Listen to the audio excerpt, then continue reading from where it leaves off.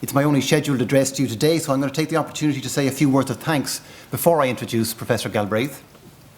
I'd like to thank the Croke Park staff who've helped the day run smoothly with important things such as the steady flow of coffee and the sound engineering.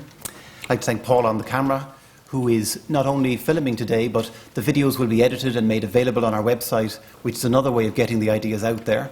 She's also been tweeting, and thanks to anybody else who's been tweeting as well and using the online media to get the information out that this event is taking place. And of course, where we have PowerPoints and transcripts, we'll be making those available as well. So it's not just today's event, we'll be continuing to push out the ideas through our blog and other sources. I'd like to give a very big thanks to our team of volunteers, Kay, Rosemary and Ethna, who appear like the cavalry and make events like this happen and deal with a great deal of many details that I'm personally very grateful not to have had to deal with in making today run smoothly. I'd like to thank our interns, Nina, Barry and Anita, who've been helping the event run smoothly. All of our team, particularly Alex in the media, and a big thanks to Sylvia, our administrator, who again has been working night and day literally to make this event happen. I mentioned that yesterday, I'd like to mention again, TASC is very grateful for our good relationship and our growing relationship with FEPS, the Foundation for European Progressive Studies. This is the second year we've held our annual conference with them, and we look forward to doing so again next year. And we've done other projects with FEPS, and it's important to make sure that we're not just talking to ourselves in Ireland, but we're engaging with and learning from other European think tanks, organisations and scholars. So that's very important to us.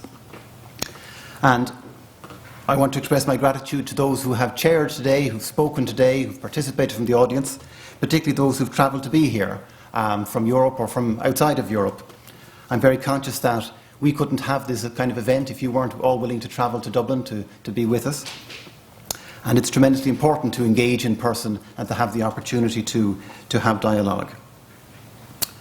Which brings me to my task at hand, which is at the outset to thank Professor James Cade Galbraith for his willingness to travel and to be with us for our conference. It's the second time that TASC has had the pleasure of hosting Professor Galbraith. He gave our annual lecture in 2009. We're very glad it didn't scare him off and that he's back to talk to us again today. Many of you will be familiar with Professor Galbraith's excellent academic work at the University of Texas at Austin, in the Levy Institute and other places, his many distinguished positions. So I'm going to take as read the biographical details, which are also available to you in the conference booklet, and just make a few observations about why I think Professor Galbraith's work is so important to where we are in Ireland today and how we can actually move from debt to recovery. I'd like to make three observations, and I'm open to correction. The first of them is a statement of the obvious, that Professor Galbraith is above all an economist.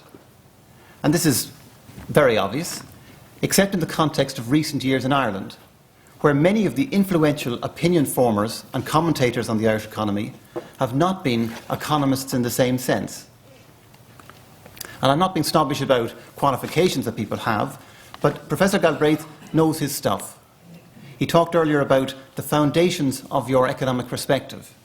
And I think he's someone who has looked at the foundations of his own economic perspective, is very clear on where he stands, and presents us with a solid point of view, which I think is very important.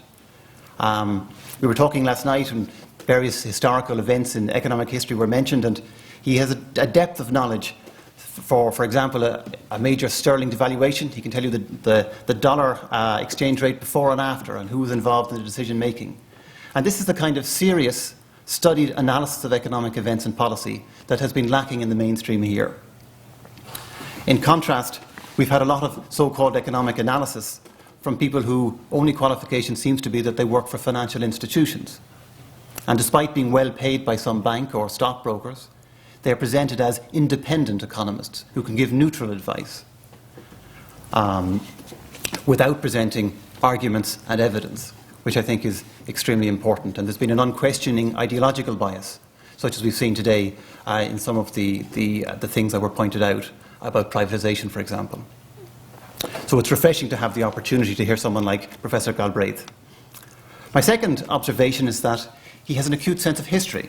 He is, I think, very much aware that major economic policy decisions take place in a historical context, and the people making those decisions are central to the story.